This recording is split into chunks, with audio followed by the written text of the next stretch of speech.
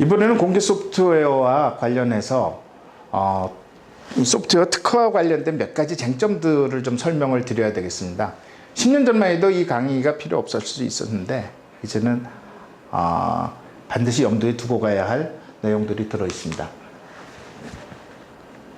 그 앞에서 보셨던 것처럼 이 소프트웨어, 공개 소프트웨어뿐만 아니라 비공개 소프트웨어의 지적재산권적 보호는 저작권, 특허권, 영업비밀 포함한 상표권, 이런 어떤 지식재산권 전반 영역에 걸쳐서 일어나는데, 기본적으로는 공개 소프트웨어의 라이선스의 특별한 조건, 그 라이선스이라는 정의가 저작권 이용 허락 계약이다 라는 거는 한번 말씀드린 적이 있습니다. 그러니까 앞에서 말씀드렸던 모든 분쟁 가능성 이런 것들이 저작권 중심으로 해서 일어났던 거죠. 그런데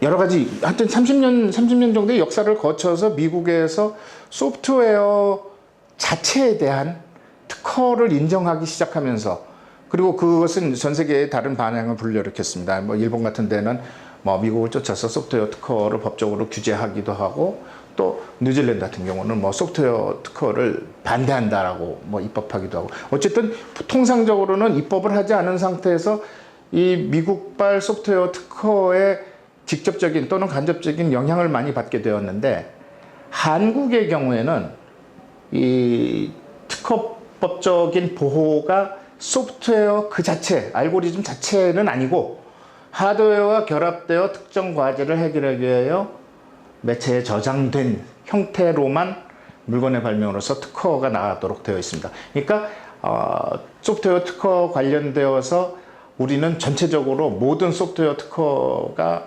금지되어 있다 이라고 보기는 어렵고, 소프트웨어 알고리즘 자체에만 금지되어 있는 그런 한 중간적 단계에 있다고 볼 수 있습니다.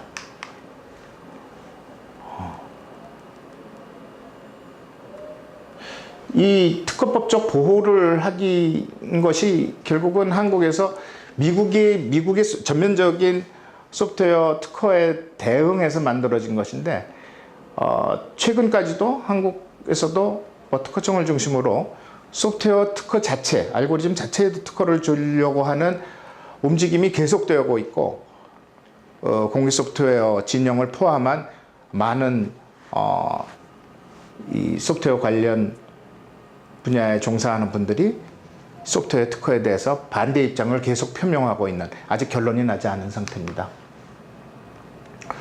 특허권으로 보호하면, 원래 아까 말씀드렸던 저작권적인 보호가 아니고 특허로 보호하면 공개돼서 존재 범위가 확실하다든가 이런 권리 보호 범위가 좀 더 명확해진다든가, 특히 이런 특허를 낼 수 있는, 특허가 그냥 특허를 낸다는 것은 그 단순히 출원하는 것뿐만 아니라 그걸 지켜가는 비용까지 같이 다 부담해야 된다는 이야기니까, 사실은 대기업들이 가진 특허가 가장 의미가 있게 되는데, 그런 어떤 장점들이 있는 반면에 단점은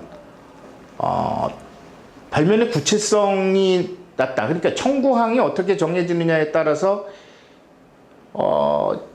왜냐하면 공개 소프트웨어 같은 경우는 소스 코드가 오픈되면서 그 내용의 저작권의 범위를 그 공개된 소스 코드를 가지고 명확히 보여주는 반면에, 이 특허는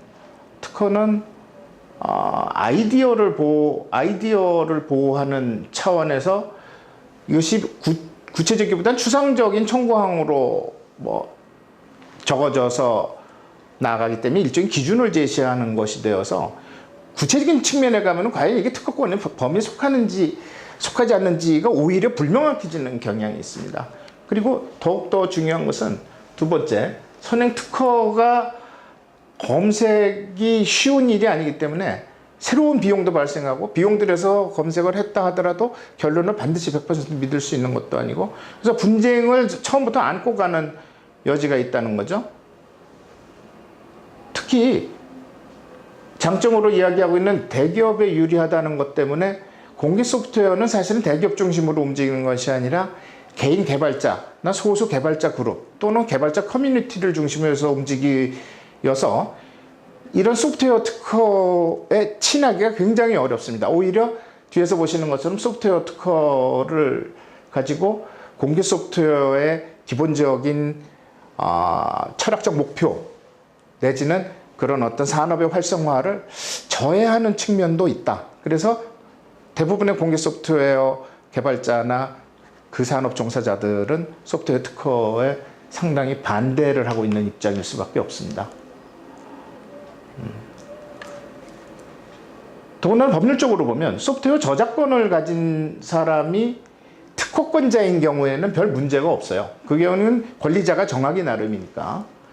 그런데 소프트웨어 저작권은 A에게 있는데 소프트웨어 특허는 B라는 제3자가 가지고 있을 경우에는 서로 요구하는 라이센스의 조건이 다를 수가 있습니다. 특히 공개 소프트웨어에서 A라는 개발 저작권자가 예컨대 GPL이라는 어떤 라이센스 아래서 자기 소스 코드를 공개를 했는데 그 소스 코드가 포함되어 있는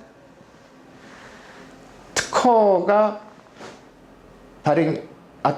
발생이 되고 그 특허를 가지고 새로운 특허권자가 나타나 있으면 그 저작권자하고 특허권자하고 누가 우선하는가에 관한 다툼이 일어나게 돼 있죠. 그 다툼이 양립 가능한 경우에는 서로 이렇게 크로스 라이센싱을 하고 결론을 낼 수 있는데 양립 불가능할 때는 통상은 일반법상으로는 건립 성립 순서인데 건립 성립 순서와 무관하게 분쟁은 더욱더 많이 일어날 수 있습니다. 왜냐하면 하여튼 이거는 특허권적 보호를 어떻게 극복하느냐에 관한 문제고 이 라이센스 아까 말씀드렸던 공개 소프트웨어 라이센스의 특별 규정에 이러한 특허권자와의 분쟁을 예상을 해서 규정을 넣어놓은 경우가 있고 그렇지 않은 경우가 있는데 넣어놓은 경우에는 그 규정대로 가면 되죠. 그래서 해결이 돼요. 근데 라이센스에 그런 특별한 조건, 특허와 관련된 것을 예상을 못하거나 아니면 예상을 했더라도 너무 복잡하니까 넣어놓지 않았을 경우에는 일반 원칙으로 해야 하는데 그 일반 원칙이 지금 쉽게 적용될 원칙이 발견되지 않고 있습니다. 이 특정 저작권자가 특정 라이센스를 선택한 공개 소프트웨어의 경우 말고 이렇게 공개 소프트웨어 개발에 있어서 커뮤니티 간의 어떤 협정을 맺어서 진행하거나 아니면 어떤 특정 재단이 중심이 되어서 그 재단과의 어떤 계약을 통해서 아니면 가입을 통해서 이렇게 해결하는 경우도 역시 그 가입 조건이나 그런 어떤 계약의 조항이 있다면 그대로 가면 되겠지만 없는 경우 어떻게 해결될 것이냐는 여전히 문제입니다.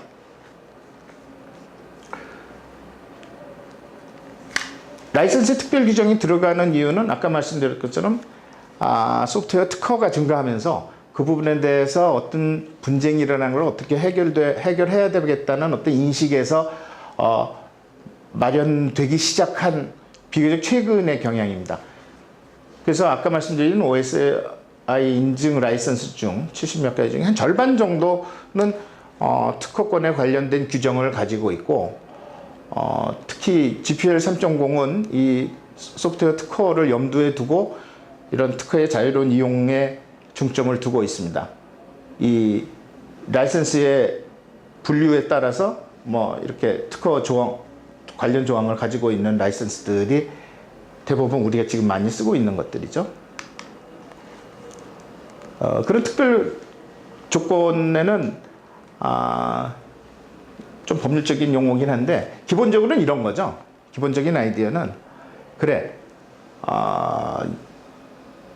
이 공개 소프트웨어 개발자 즉 저작권자가 이용자에게 하여튼 이걸 사용할 수 있는 이용 허락은 전면적으로 베풀어 준다고 하죠.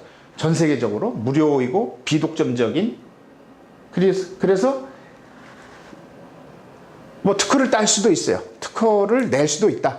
이렇게 풀어주는데 만일에 이 특허를 출원한 자가 이 특허를 가지고 이 공개 소프트웨어에 오픈되어 있는 이 공개 소프트웨어의 저작권의 자유로운 이용을 침해한다. 그러니까 내가 특허를 가지고 있으니까 이 저작권은 제한된다라고 주장하는 순간 앞에서 주었던 라이선스를 회수해 가버립니다. 그게 일종의 특허권에 기한 침해 소송을 제기하는 경우에 라이선스를 종료시키는 거죠. 그러니까 결론적으로 말하면 내가 저작권을 가지고 있는 이 공개 소프트웨어를 가져가서 당신은 특허를 낼 수 있습니다. 그러나 그 특허를 가지고 나에게 대항하는 경우에 그 특허를 사용하도록 낼 수 있도록 처음에 주었던 그 라이센스가 종료되니까 결국은 특허가 무효로 돌아가거나 취소될 가능성이 커지는 거죠. 규정이 있는 경우에는 해결이 됩니다. 특히 제3자가 이 경우에 제3자가 특허를 내서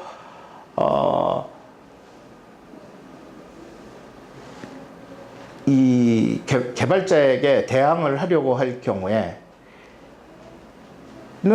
아까 원칙대로 가는데 이 저작권의 범위에 속하는 영역에 있어서 이 저작권과 관련 없이 그러나 이 저작권에 대상된 공개 소프트웨어의 일부 또는 전부와 관련된 특허가 제3자로부터 독립적으로 성립되었을 때는 사실은 이런 보증을 제공할 수가 없게 되는 거죠. 이런 경우에 사실은 개발자는 면책을 하고 벗어날 수 있는데 이 저작권 이용 허락 계약을 믿고 그 다음에 권리를 쌓아간 쪽에서는 특허권자에게 대항할 수 없다는 그런 문제가 일어날 수 있습니다. 그래서 그것을 예상을 해서 역시 라이센스에 규정을 넣을 수도 있고 다음과 같이 아니면 그것이 복잡하니까 넣지 않을 수도 있습니다. 결국은 이 특허 공개 소프트웨어 라이선스 특히 저작권 이용 허락 계약과 관련된 특허와에 관련된 분쟁에 대해서는 사실상 사후로 미루고 대책을 세우기 좀 어려운 거 아닌가 하는 것이 지금 현황입니다. 특히 지금 보시는 것처럼 해결의 이 라이선스만 규정만 갖고는 부족하니까 분쟁의 여지도 넓고 제3자의 특허권에도 취약한데 기본적으로 이 어떤 특정 공개 소프트웨어를 사용하는 입장에서 보면 저작권 라이센스만 준수하면 된다라고 하는 라이센스 컴플라이언스에 대해서 계속 강조되어 와서 그런 거버넌스까지 갖춰져 있었는데 이제는 어떤 숙제를 안게 되느냐 하면 이런 특허와 관련된 이 공개 소프트웨어 라이센스와 관련된 특허이든 아니면 그것에 실질적으로 영향을 받는 전혀 제3의 특허이든 간에 최초 공개 소프트웨어의 제품 개발에 들어갈 때 특허 검사까지 관련된 특허 검색까지를 하고 프로젝트를 짜야만 하는 그런 엄청난 부담이 생겨나 있는 거죠. 게다가 특허권과 분쟁이 일어났을 때 가장 큰 취약점은 소스 코드가 공개되어 있지 않은 일반 비공개 소프트웨어에는 부인할 수도 있고 그런 사실이 없다고 할 수도 있고 실제로 발각이 안 될 수도 있고 여러 가지 어떤 방어를 할 수 있는데 공개 소프트웨어의 경우에는 소스 코드 자체를 오픈하고 있으니까 특허권자가 이미 무엇이 내 권리를 침해하고 있는지를 알고 들어오는 상태여서 분쟁이 일어나면 굉장히 불리합니다. 어쨌든 이 특허권과 관련해서는 지금 이렇게 하시면 됩니다라고 확답을 드릴 수 있는 일반 원칙을 세우기가 굉장히 어렵습니다. 실제로 아직까지는 큰 분쟁까지 가지 않고 있다고들 하지만 저희가 보기에는 대기업과 대기업 사이에서는 이 공개 소프트웨어를 이용한 제품들 그래서 그 공개 소프트웨어 라이센스 준수를 이미 다 끝낸 저작권에는 문제 없는 어떤 제품들을 가지고 특허권자, 특히 상대방도 대기업, 저희도 대기업인 경우에 상대방 특허권자가 문제를 제기하고, 그래서 이에 대한 대응으로 우리 기업 이제 이쪽 기업 쪽에서도 다른 소프트웨어 특허들을 좀 갖추어 갖고 있다가 나중에 크로스 라이센싱으로 자기네끼리는 해결해 버리는 일들이 많다고 보고가 되어 있습니다. 근데 지금 현재 개인 개발자라든가 중소기업들 내지는 개발자 커뮤니티에서 이 소프트웨어 특허와 관련해서 이렇게 하시면 됩니다 라고 이야기는 너무 비용도 많이 들고 시간이 드는 일이어서 권해드릴 수 있는 원칙이 없는 것 같습니다. 감사합니다.